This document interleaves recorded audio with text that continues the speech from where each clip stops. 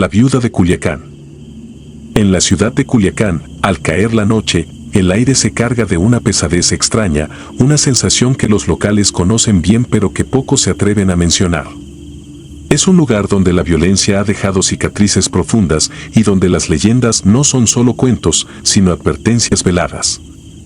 Entre esas leyendas, una se destaca con un poder inquietante, una que no es contada a la ligera. Es la historia de la viuda, una figura que, según se dice, emerge en las noches más oscuras, vestida de luto, llorando por un esposo que perdió en circunstancias tan brutales como inexplicables. Alberto Gutiérrez no creía en esas historias. Originario de Ciudad de México, había llegado a Culiacán por razones laborales, asignado temporalmente para trabajar en un proyecto de construcción que lo mantendría en la ciudad por varios meses. Era un hombre práctico, acostumbrado a lidiar con la dureza de la vida en la capital, y no le impresionaban los rumores o las supersticiones locales. Sin embargo, a medida que se instalaba en su nuevo hogar temporal, una pequeña casa alquilada en un barrio residencial tranquilo, empezó a notar cosas que le resultaban desconcertantes. Los primeros días transcurrieron sin incidentes, aunque Alberto no podía evitar sentir un aire de desconfianza en las calles, una tensión latente que parecía impregnar todo a su alrededor. Era como si la ciudad estuviera constantemente en guardia, esperando que algo inevitablemente trágico ocurriera. El trabajo lo mantenía ocupado durante el día, pero al llegar la noche, cuando el sol se ocultaba y las sombras se extendían, sentía una inquietud inexplicable. La casa que había alquilado estaba en una calle tranquila, donde el silencio era solo interrumpido por el ladrido ocasional de un perro o el paso de un automóvil. Pero había algo más, algo que no podía identificar. Fue una noche de viernes cuando todo comenzó a volverse más claro, aunque no por ello menos aterrador. Alberto había terminado una larga semana de trabajo y decidió quedarse en casa, evitando la oferta de sus compañeros para salir a beber. Quería descansar, relajarse con una película y una cena ligera. Sin embargo, mientras la noche avanzaba y la casa se sumía en un silencio absoluto, comenzó a notar algo extraño. Estaba sentado en el sofá, con la televisión encendida, cuando escuchó por primera vez el sonido. Un sollozo, apenas audible al principio, pero inconfundible. Se detuvo un momento, pensando que tal vez venía de la televisión, pero cuando bajó el volumen, el sollozo persistió. Era un llanto suave, lastimero, lleno de una tristeza que le hizo estremecer. Se levantó, desconcertado, tratando de localizar el origen del sonido. Pensó que tal vez se trataba de algún vecino, pero al asomarse por la ventana no vio a nadie en la calle. El sonido continuaba, y con cada segundo que pasaba, se hacía más claro que venía del exterior, justo afuera de su casa. Alberto sintió un nudo formarse en su estómago. Algo no estaba bien. Se acercó a la puerta con cautela, entreabriéndola solo lo suficiente para asomarse. La calle estaba desierta, la luz de las farolas iluminaba débilmente el pavimento, pero no había rastro de nadie. Sin embargo, el llanto seguía, ahora más cerca, casi como si estuviera justo al otro lado de la puerta. Cerró de golpe, su corazón latiendo con fuerza. Regresó al sofá, tratando de convencerse de que solo era su imaginación, una broma pesada de su mente cansada. Pero el sonido no desaparecía. Sintió un escalofrío recorrer su espalda. El aire en la sala se volvió pesado, opresivo, y una sensación de miedo irracional comenzó a apoderarse de él. No había ninguna explicación lógica para lo que estaba sucediendo, pero sabía que no podía ignorarlo. El sollozo continuó durante varios minutos, pero finalmente, tan repentinamente como había comenzado, cesó. Alberto se quedó sentado, inmóvil, con el oído atento a cualquier otro ruido. Pero solo quedó el silencio, un silencio que se sentía más amenazante que el propio llanto. Después de un rato, se obligó a relajarse, convencido de que había sido una especie de alucinación auditiva, tal vez causada por el cansancio o el estrés. Trató de retomar su noche tranquila, pero la sensación de que algo estaba terriblemente mal no lo abandonó. Los días siguientes transcurrieron sin incidentes, aunque la experiencia lo había dejado con una sensación persistente de inquietud. Trató de enfocarse en su trabajo, pero no podía dejar de pensar en lo que había ocurrido esa noche. Algo lo mantenía en vilo, un miedo latente que lo acechaba cuando el sol se ponía y la noche caía sobre la ciudad. Alberto comenzó a investigar, preguntando discretamente a sus compañeros de trabajo sobre las historias locales. Fue entonces cuando escuchó por primera vez sobre la leyenda de la viuda. Era una historia vieja que había circulado por generaciones y aunque cada persona tenía su propia versión, todas coincidían en lo esencial. Se trataba de una mujer que, en tiempos pasados, había perdido a su esposo en una violenta reyerta. Él había sido asesinado en las calles de Culiacán y desde entonces, la mujer, incapaz de superar el dolor, se vestía de luto y recorría la ciudad cada noche, buscando venganza o tal vez solo consuelo. Las historias eran inquietantes, pero Alberto se negó a dejarse llevar por el miedo. Aún así, no podía negar la conexión entre lo que había experimentado y las leyendas que escuchaba. Decidió que lo mejor era ignorarlo, concentrarse en su trabajo y no permitir que las supersticiones locales lo afectaran. Pero la noche tenía otros planes.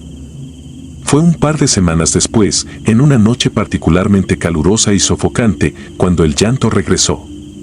Esta vez, no comenzó de forma suave o distante. Despertó en medio de la noche, sobresaltado, con el sonido de un grito ahogado llenando la habitación. El llanto era más fuerte, más insistente, y no venía de afuera, sino de dentro de la casa. La piel de Alberto se erizó y un sudor frío cubrió su frente.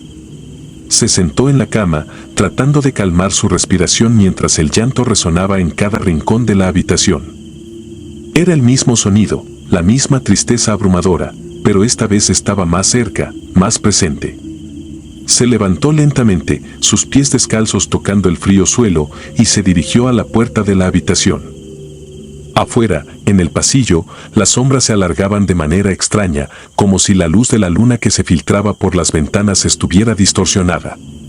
Caminó hacia la sala, sus pasos haciendo eco en el silencio de la casa, y cada paso que daba hacía que el llanto se volviera más claro, más fuerte.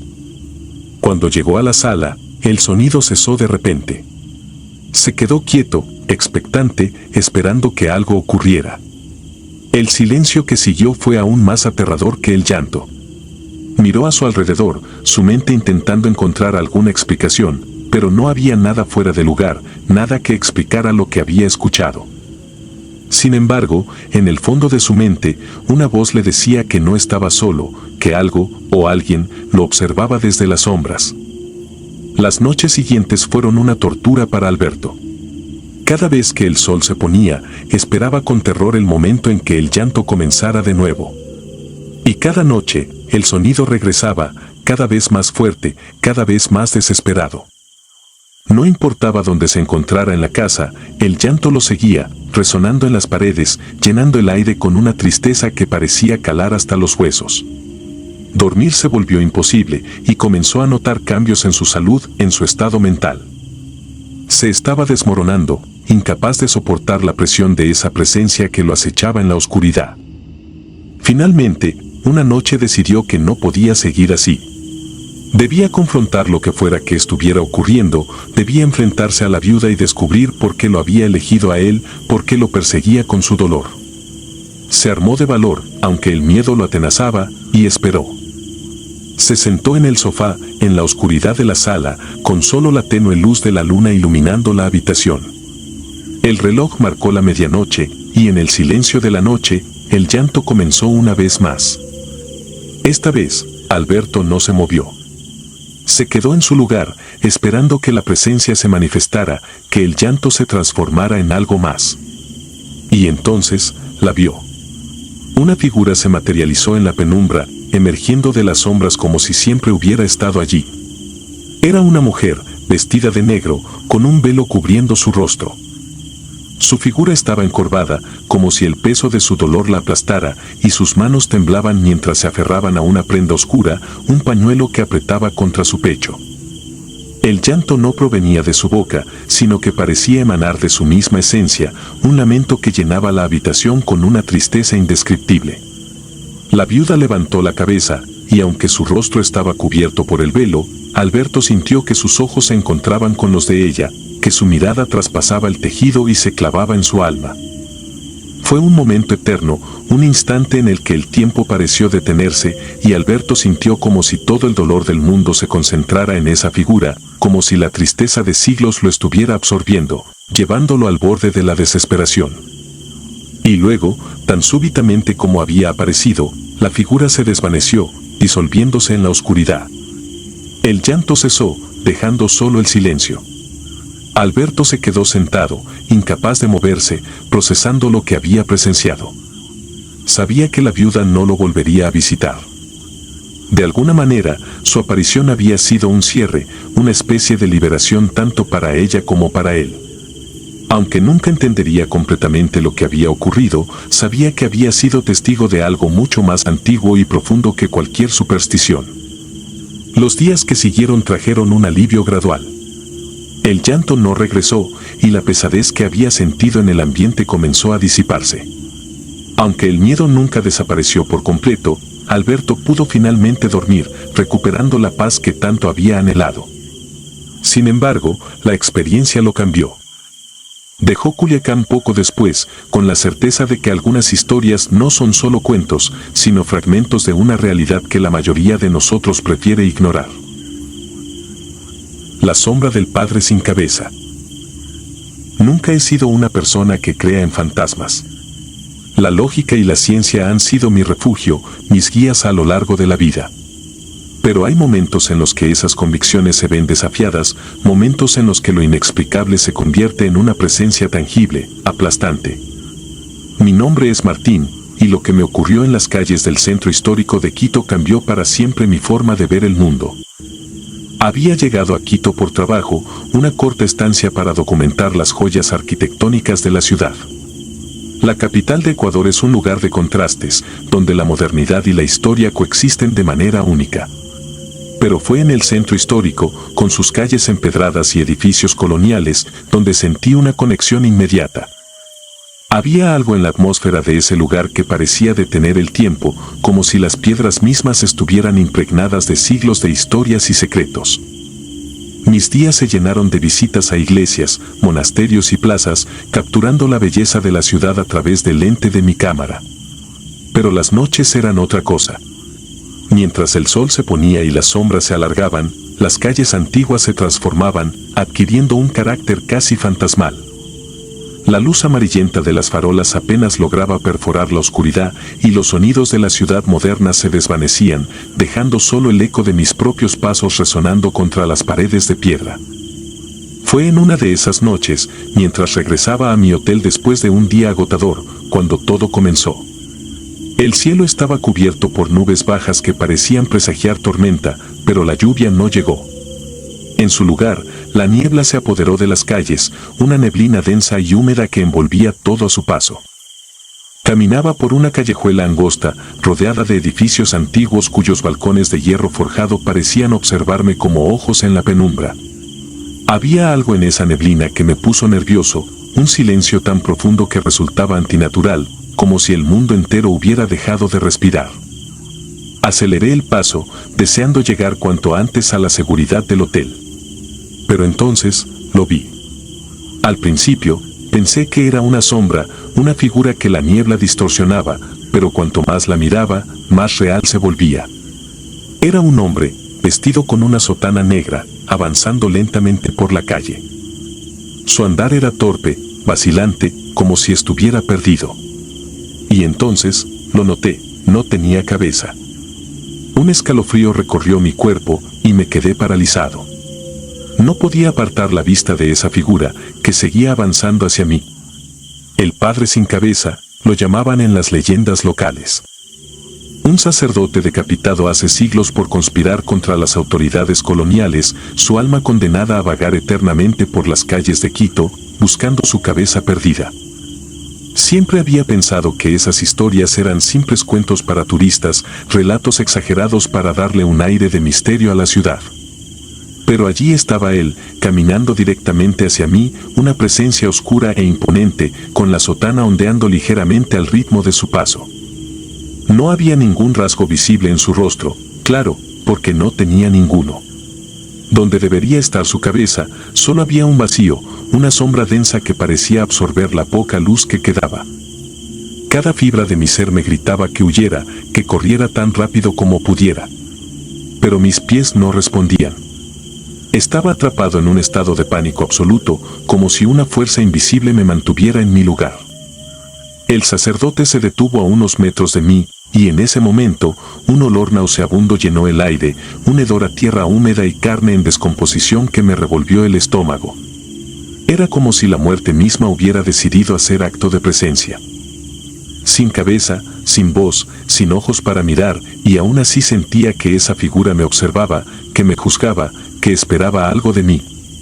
El viento comenzó a soplar, levantando remolinos de niebla que parecían danzar alrededor del sacerdote.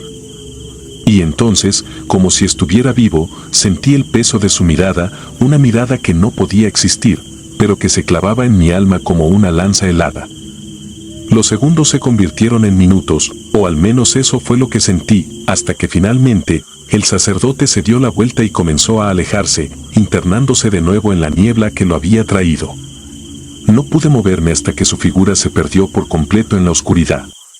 Cuando finalmente recuperé el control de mi cuerpo, corrí. Corrí tan rápido como pude, sin mirar atrás, sin detenerme a pensar en lo que acababa de presenciar. Llegué al hotel empapado en sudor y con el corazón latiendo tan fuerte que sentía que se me iba a salir del pecho. Subí a mi habitación y cerré la puerta con llave, como si eso pudiera protegerme de lo que había visto. No pude dormir esa noche. Cada vez que cerraba los ojos, veía al sacerdote, su figura oscura caminando hacia mí, buscando, siempre buscando. Al día siguiente, me levanté con el cuerpo pesado y la mente nublada por la falta de sueño. Intenté seguir con mi trabajo, pero no podía concentrarme. La imagen del sacerdote seguía presente, como una sombra persistente en mi memoria. Decidí hablar con algunos de los lugareños, esperando que alguien pudiera ofrecerme una explicación lógica, algo que pudiera calmar mi mente. Pero cuanto más preguntaba, más claro se hacía que no había ninguna explicación lógica. Los relatos que escuché eran todos similares. El sacerdote había sido un hombre piadoso, pero también un rebelde. Había conspirado contra las autoridades coloniales, creyendo que su causa era justa, pero fue traicionado y capturado. Lo decapitaron en un lugar que nadie recordaba, y desde entonces su espíritu había quedado atrapado en las calles de Quito, buscando desesperadamente su cabeza perdida para encontrar el descanso eterno. Algunos de los lugareños que me escucharon hablar de mi encuentro se mostraron comprensivos, pero otros me miraron con una mezcla de miedo y sospecha. Para ellos, mi experiencia no era solo un simple encuentro con un fantasma. Creían que el espíritu del sacerdote se había fijado en mí por alguna razón, que de alguna manera, ahora estaba conectado a él. Esas palabras me llenaron de un terror que no había sentido antes.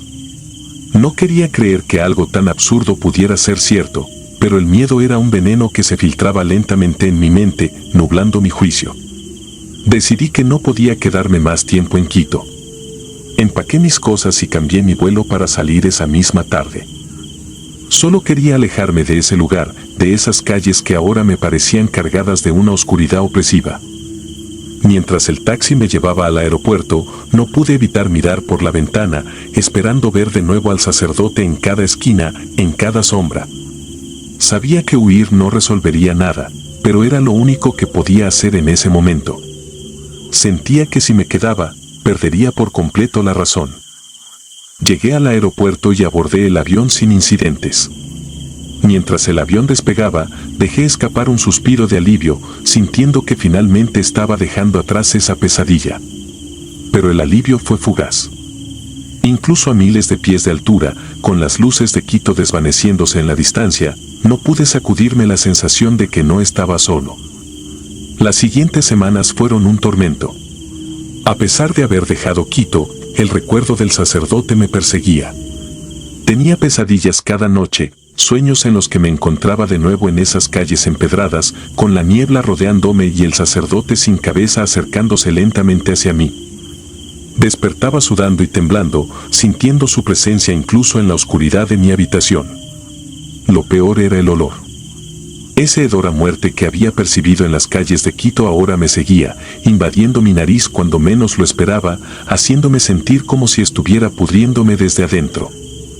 Empecé a evitar salir de casa, temiendo encontrarme con algo que no debería estar allí. Mis amigos y familiares notaron el cambio en mí, pero no sabía cómo explicarles lo que me estaba pasando sin sonar completamente loco.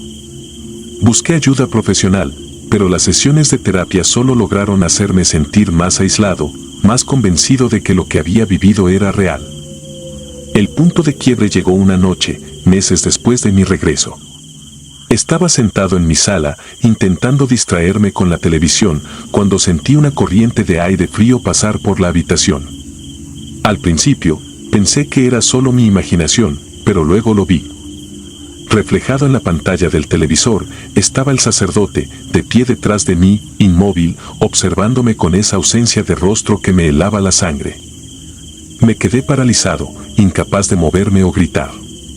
No había escapatoria. El sacerdote había cruzado la distancia, había encontrado la manera de seguirme hasta aquí. El hedor a muerte llenó la habitación, tan fuerte que me dieron arcadas. Sentí que el aire se volvía pesado, casi irrespirable, y mi visión comenzó a oscurecerse. Lo último que recuerdo antes de desmayarme fue el sonido de pasos, acercándose lentamente hacia mí. Me desperté horas después, tirado en el suelo de mi sala, con el cuerpo adolorido y la mente nublada.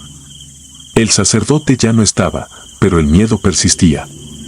Sabía que no podía seguir viviendo así. Algo dentro de mí se rompió esa noche y entendí que la única forma de liberarme de esa maldición era enfrentarla. Volví a Quito poco después, con la única intención de encontrar respuestas, de entender por qué el espíritu del sacerdote me había elegido. Pero en el fondo, sabía que no había respuestas, que no había lógica ni razón detrás de lo que estaba sucediendo. Mi vida se había entrelazado con la del padre sin cabeza, y hasta que no encontrara una manera de apaciguar su espíritu, no encontraría la paz. Hoy, camino por esas mismas calles empedradas, con la niebla envolviéndome como una manta fría.